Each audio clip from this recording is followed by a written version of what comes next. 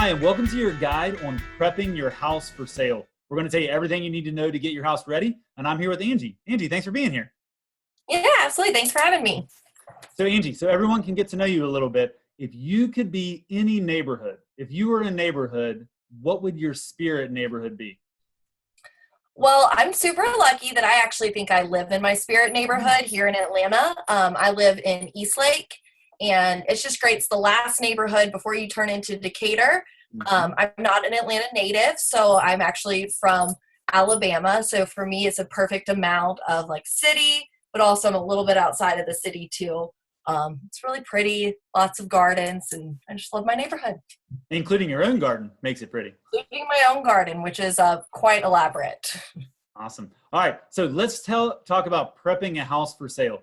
So first thing that someone needs to do to get their house prepped for sale is So the first thing that you're going to do with our team is we actually have a visual coordinator who can come over and meet you at the house. This is a great first step to have sort of a non-objective eye come and look through the house and help you come up with things to do to get it ready to list. She'll actually put together a written report for you. So it's a really awesome first tool. I love the word non-objective. You think sometimes sellers have a hard time like seeing their stuff from other people's perspectives?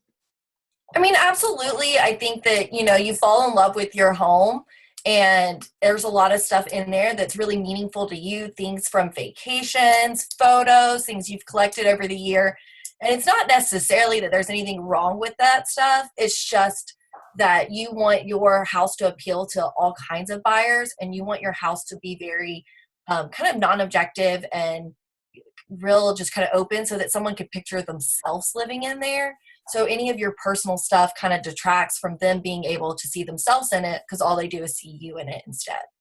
Yeah. So what usually comes out of that report with the visual coordinator? After the visual coordinator comes out, spends some time with you, the report, what happened? What usually is in that report? So it's kind of you kind of pare things down and then build it back up. So what's really great is, she's not here to make sure that you spend a ton of money. So she's going to try to work as much as possible with the items that you already have. She might tell you to move your furniture to face a different way, maybe eliminate some pieces, which is great because you're going to have to move it all anyway. So this is a good time to get started. It's a good time to start packing up, like I said, your memorabilia, your stuff from your trips, start packing that stuff away. So that's the first thing that she'll do is kind of tell you to pare everything down, what to put away. And then from there, you'll start getting it back ready. So the first thing is going to be, paint touch-ups. We kind of like to see nice, bright, neutral paint colors, like a lot of whites and grays. So if you have a really dark room, she might suggest painting it or, touching up, caulking in the bathrooms, things like that to get it ready and clean. And then from there, she might recommend some updated pieces as well. So Does that's it pay to paint your house? I mean, so sometimes you hear that, hey, fresh paint to get the house ready. Does that pay off? Is that a good investment for people? absolutely. I think that that's one of the best, easiest things that you can do, especially like I said, the goal is to get a nice bright color. So, if you can get the walls white or like a really soft neutral gray, it's really going to make the room feel cleaner, bigger, brighter. That's, I think, a good, inexpensive way to update your home. Another good, inexpensive way to update your home is to update light fixtures or any sort of metal fixtures in the homes. If they're not already updated, you can get great new fixtures at Home Depot or on Amazon for so cheap now. And I mean, cheap handyman visit or even do it yourself, you can really update a room and get that nice looking for low cost. Man, I couldn't agree with you more on that. The fresh paint, the new fixtures, it makes a house feel completely different. I mean, the fixtures though, it seems like it could be overwhelming. There's so much to pick from. How can people decide what is current and what they should do to the house from that standpoint, what they should pick? That's a great question. We'll help you. We do this all the time. So, we can send you over recommendations as to what would work really well with your house and with what you already have too. Maybe, you don't have to change every light fixture, but we can kind of help you pinpoint which ones and what to update it with to make it look better. Yep. What about the exterior? Is curb appeal worth it to invest in? Is the backyard worth it to invest in? What's the most important thing on the outside of the house to do to get ready? I absolutely curb appeal. I mean, that's going to be the first thing that they see, and a cute exterior can sell the home. That's going to be your difference between getting multiple offers. And I mean, the cute exteriors really, really pay off. So, fresh flowers, if you need to paint the door a fun pop of color, things like that can really, really, really help. Get some potted plants by the front door, a fresh welcome mat, things like that can, just sets the tone for a great showing.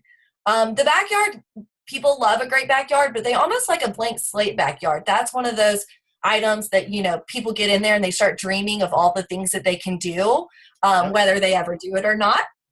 That's up for debate, but I think, don't worry too much about updating or building out the backyard, but just have it clean and fresh and, make sure that it looks good.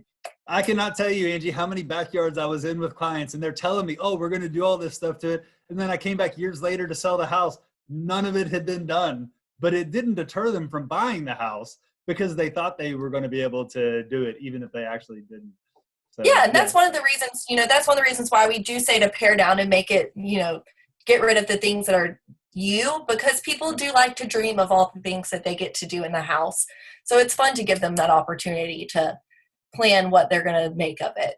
Yep.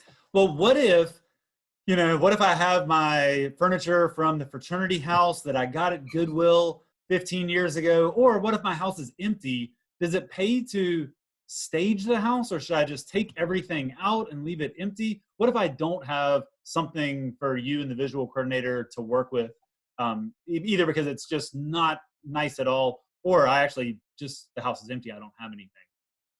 I think that's going to come down to budget and ultimately what your end goal is. If there's room in the budget and you have a lot of equity in the home, then maybe we will bring out a stager if it makes sense for you and the numbers make sense for you.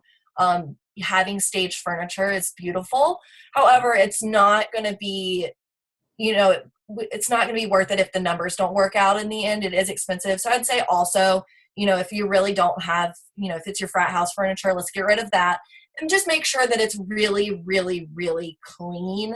Make sure it's clean. Like I said, that's when it's especially important to update the paint and the fixtures, because you don't want it to look like a fixer-upper, but just get it really fresh and clean. And like I said, it's a blank slate that somebody can start to picture their own stuff in.